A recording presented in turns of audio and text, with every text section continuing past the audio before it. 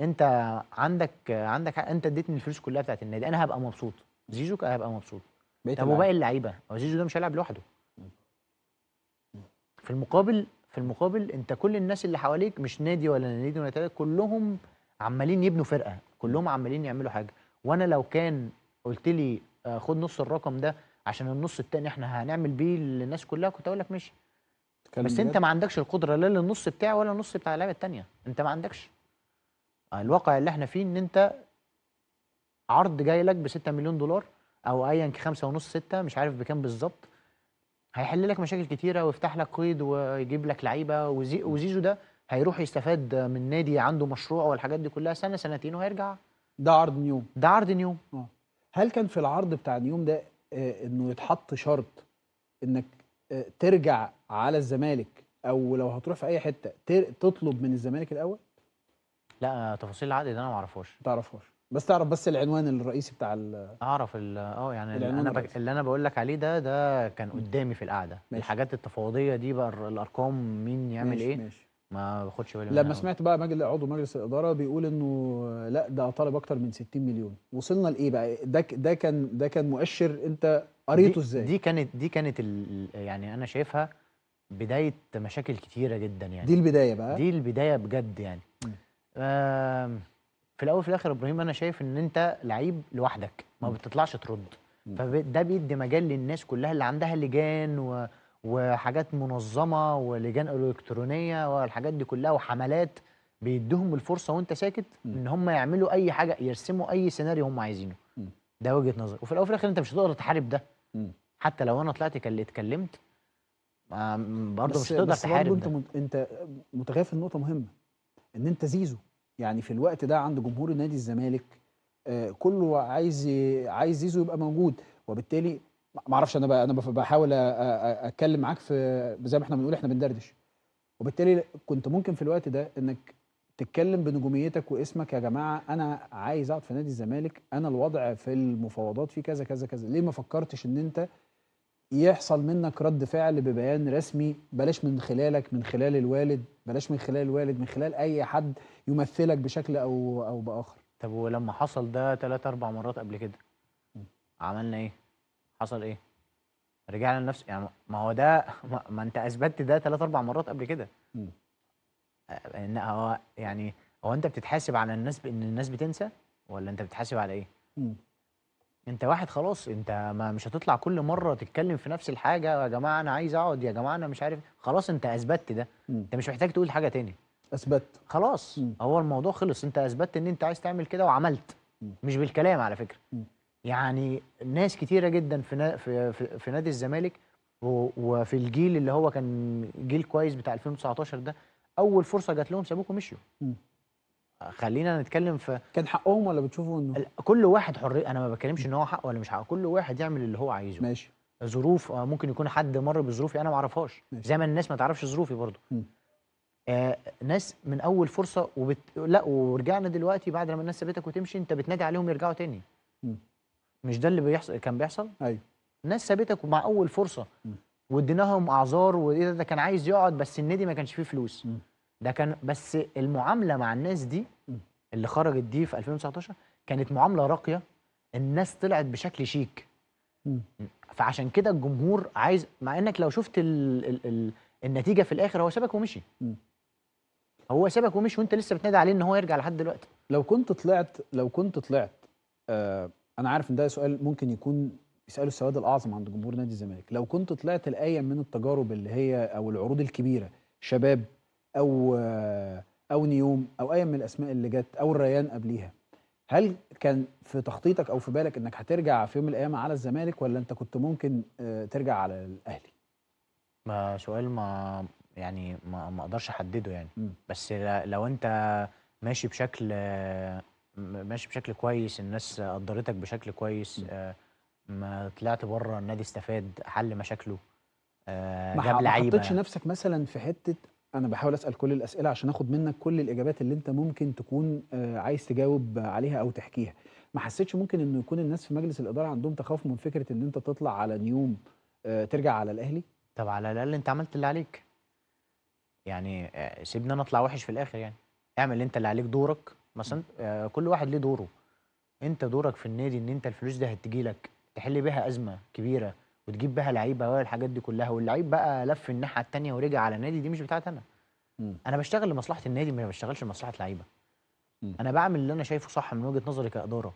زيزو، لو انت كنت رئيس نادي الزمالك وعندك لعيب اسمه زيزو وجاله العروض دي كلها وعندك نفس الموقف، كنت هتعمل ايه؟ كنت هبيعه. هتبيعه؟ لو انا ما عنديش القدره ان انا احافظ على اللعيبه بتاعتي هبيعه، استفاد من وراه. على الاقل خليجيا يعني، انت تقصد صح كده؟ اه طبعا. اي حاجه مم. يعني، واحد خلاص 4 شهور وهيبقى فري. انا بتكلم شهر 8 شهر 12 هيبقى فري. مم. صح. صح. جاي لك فيه 5.5 مليون دولار، وانا ما عنديش، انا كنادي ما عنديش قدره ماليه ان انا اجدد له. انا ما عنديش. هل حصلت جلسه ما بينك وما بين الكابتن حسين لبيب في المغرب؟ اتقال انه في جلسه وقعده كانت طيبه ومثمره، تقدر تحكيها لنا؟ لا ما كانتش طيبه ولا مثمره.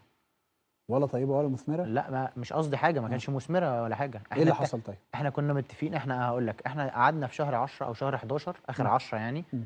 احنا خلاص، احنا اتكلمنا كده بتاع خلاص 8 نيوم شهر قفل 8 خلاص، والدنيا قفلت ومفيش نيوم. والراجل طلع قال لك ده عايز اكتر من 60 مليون بكتير مم. والحاجات دي كلها. ماشي. ويا جماعه لا ما تزعلوش والحاجات دي، تعالوا نقعد عشان نجدد. مم. خلاص يلا بينا عشان نجدد. مم. قعدنا في شهر 10 في اخر 10 قرينا الفاتحه على فكره. قريته الفتح؟ قرينا الفاتحه وخلصنا العقد وكل حاجه.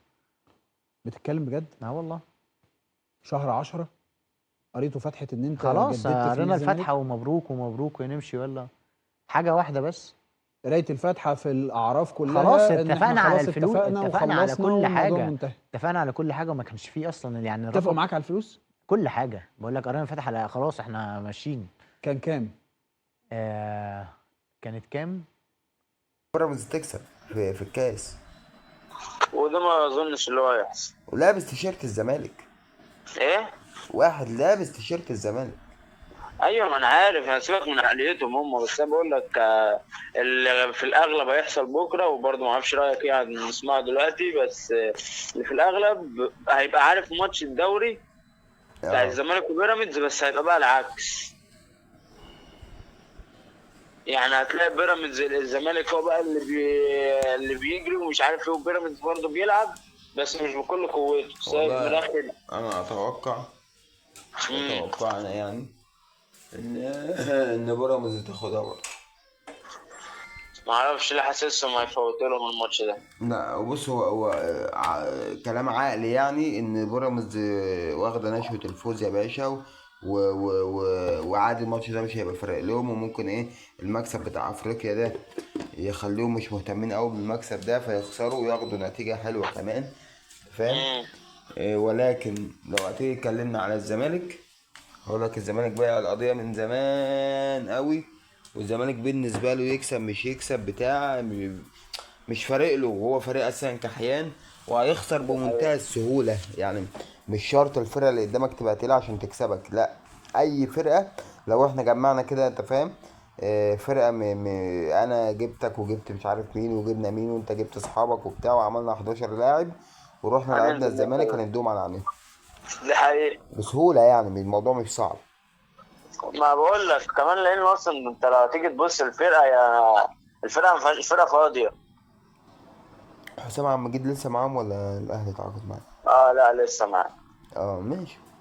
انا سمعت بقول لك لا ممكن يتعاقد مع حسين لبيب. لا بلاش حسين لبيب، انا من الباقي هيجي عندنا بعوضة عم مجلس حارس يا عم مال الدنيا. يجي يعمل ايه حسين لبيب؟ حالهم يصعب على الكافر يا عم والله. والله يصعبوا فعلا، بس هم اللي عملوا كده في نفسهم. ده حقيقة. مش هم اللي ماشيين في قصة التفويت. بس انت تفتكر بيراميدز هيفوت لهم بكرة ولا لا؟ ما اعتقدش. حاسسهم هيفوتوا، ما اعرفش لا ليه. ما اعتقدش، لان اقول لك على حاجة، قول لي. خلينا نتكلم بصراحة. بيراميدز منذ ان تم انشاؤه بيجز على النادي الاهلي. بالنسبه له النادي الاهلي هو العدو الاكبر. تمام حلو، ولكن ما شفناهوش في مره فوت ماتش للزمالك. ده حقيقة، بس ما عشان انت دلوقتي اصلا لو تلاحظ الدنيا بقى وماشيين يعني الاهلي اللي لسه واخد الدوري وخد كام افريقي قبل كده، مفيش بيان واحد طلع من عند الزمالك بس بيهنئوا الاهلي بيه. يا باشا البيانات دي حاجه، اقول لك على حاجه. امم لاحظ بس المشهد كده، بص على المشهد من بعيد هتلاقي ان الزملكاويه هما اللي بيتمسحوا في بيراميدز، دي حقيقة، مش العكس. لان بيراميدز ما عندهاش حد اصلا. انت لا، انت عمرك شفت مسؤول بقى، سيبك من ما لهمش جماهير، مسؤول من بيراميدز طلع وقال الزمالك وبيراميدز ايد واحده؟ لا، ما حصلتش. طلع واتكلم على حصلت الزمالك فعلا. اصلا؟ يعني في حد من بيراميدز طلع اتكلم على ولا دافع عن حقوق الزمالك مثلا؟ كلهم بيطلعوا يتكلموا في حته ده بيراميدز ما بياخدش الدعم من الاعلام، ما حدش يجيب سيره الزمالك اصلا فعلا. يعني يوم ما اتدخلوا في مشكله زيزو طلعوا قالوا زيزو لا، المفروض يعمل ولا ما يعملش؟ ولا اي حاجه. هم طالبوا بتأجيل المباراة بتاعت الكاس دي، بيراميدز مع الزمالك، عشان ليهم مصلحة في كده. امم هم ليهم مصلحة في كده. انما انا ما فعلا. شفتش بيراميدز اتفق مع الزمالك في اي حاجة تخص مصلحة الزمالك فقط. حتى لو هترجع لمشكله ماتش القمه اللي بتاع الانسحاب، الزمالك اللي كان متمسح فيهم برضه. ايوه، هم ما اتكلموش.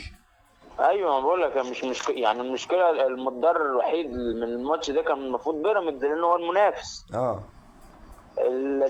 لو تلاحظ تلاقي الزمالك بيانات وبيراميدز ياخد خطوات، اللي هو بينافس مثلا يروح للكاس، يروح بياخد بقى خطوات اللي هو مثلا يدافع عن حقه او كده. ايوه. والزمالك هو اللي شغال بيانات وتلقيح، وايه يا عم القرف ده يعني. ومش عاملين صياح. وبعدين الزمالك نفسه اللي كان بيطالب بتأجيل ماتش الكاس ده اللي هو كان المفروض يتلعب يوم 20، اه، انت عارف سبب، او السبب اللي هم قالوه عشان يأجلوا الماتش ايه؟ ايه. عشان بيراميدز بيشارك في نهائي افريقيا. اللي هو انا بشتكي لك، فاهم؟ انت خليك يا باشا انت العب، ما تركزش في الحاجات اللي بره دي، وانا هشيل لك الدنيا يعني. يا انت حمار، انت غبي، انت متخلف. دي فرصتك، دي فرصتك، ده انت تمسك بميعاده عشان يبقى هما مضغوطين عشان تقدر تكسبه وتطلع ببطولة. دي حقيقة والله فعلا. انت بتأجل ايه لحساب عشان مين؟ عشان تريحهم؟ طب هي مش عايز اقول، والله كنت اقول كلمة عيب دلوقتي، هينفخوك بكره. بس معلش يعني، انت لو هنيجي مثلا نفكر فيها، انا اظن انا مش فاكر الارقام قوي، بس اقرب بطولة الزمالك قريب من بطولاتها للاهلي يا كاس مصر. اه، فانت ياخد فرصتك، ياخد تقرب مني بس ولا مرة، ولو في بطولة واحدة بقالك ميتين 200 سنة شغال بتلعب كورة من غير أي فايدة ولا غير أي بطولة ولا قرف. يا عم يلا خلي بيراميدز تعمل الثنائية، خليهم يعملوا وهم الثنائية ويجوا الزملكاويه السنة نفسهم الجاية. هيفرحوا. بإذن الله السنة الجاية الثلاثية في الأهلي. السنة الجاية. الثلاثية في طب الأهلي. والله يا احمد خلينا نتكلم بالعقل شوية، والله بجد. مم. ظهور منافس قوي زي بيراميدز دي في مصلحة الأهلي، ليه؟ لأن الأهلي كده هيشد حيله. هيبقى فعلا الإدارة، بس أنا سمعت الحاجة دي لو حصلت، إحنا الأهلي أظن هيبقى صعب عليه اللي هو يجاري الموارد المالية بتاع بيراميدز. حاجة ايه؟ بيقول لك الشركة اللي هي مالكة لنادي مانشستر سيتي ونادي جيرونا واكتر من 20 نادي في على مستوى العالم. اه. بيقول لك في كلام اللي هي ممكن تيجي تملك نادي بيراميدز. تعمل ايه؟ تملك تشتري نادي بيراميدز. الكلام ده جايبه منين انت؟ شفت على كذا صحيفة على النت. طب انا هقولك على حاجة. قول. الناس المستثمرين الحلوين قوي بتوع الرياضة اللي بيروحوا يشتروا أندية بره، تمام. تمام؟ تفتكر ليه محدش فكر في مرة